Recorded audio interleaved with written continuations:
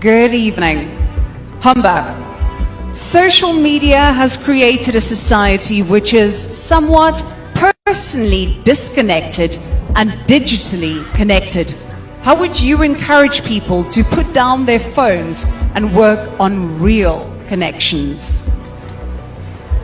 Well, South Africans are people who are built with connection in community.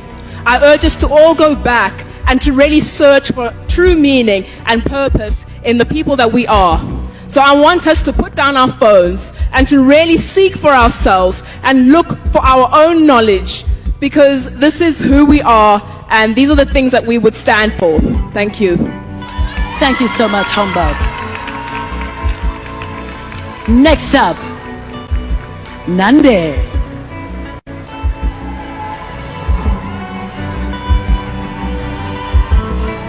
Thank you. Nande, your question is from Leandi. Hi, Nande. Hi, Leandi. Some people are of the opinion that women who are not mothers and are unmarried are not experiencing or part of true womanhood. What is your opinion on that view or belief?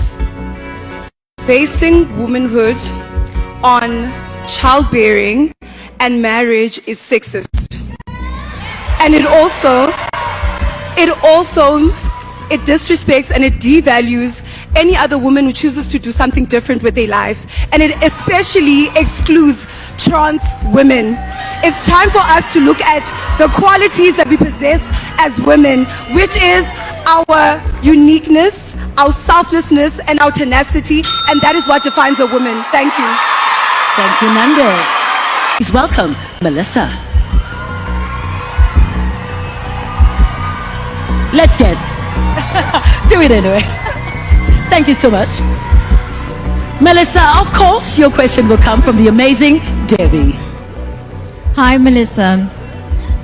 South Africa is stuck in a destructive pattern. How will you encourage not just the general public, but young people who make up about 35% of our population to go out there and register and vote? Because it's the way that we can take back our power and, more importantly, take back our beautiful country. Thank you, Debbie, for that question. I truly believe that we need to ask young people why they do not vote. We need to understand the reasons behind anything before approaching it. And I think the biggest problem right now is that young people are not reflected in government, in parliament. We are standing here as 5 women who are powerful, ready to effect change, and we're confident that we can do that. Our voices matters, our opinion matters. So I also encourage you as young people, let us take up that space and let us make sure that we are heard. Thank you, Melissa. Next up, Rayoni.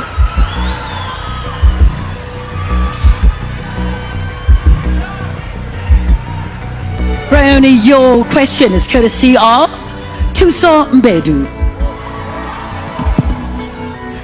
So, South Africa faces many challenges, including poverty and inequality.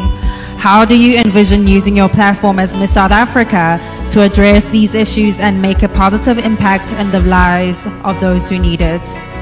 So as a Miss South Africa, I would want to work with government institutions so that they can really enforce and increase the basic income grant so that it becomes fair and accessible to all people. The problem is that it's not accessible in the moment. I believe that financial assistance is the first step that we need to take to really alleviate inequality and poverty. Thank you. Thank you, Brioni. Next up, Natasha.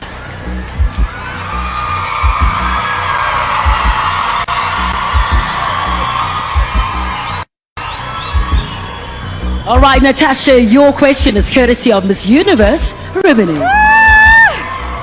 Hello, Natasha. Good evening. Do you believe it's more important to ask a child who do they want to be when they grow up, or what problem do they want to solve?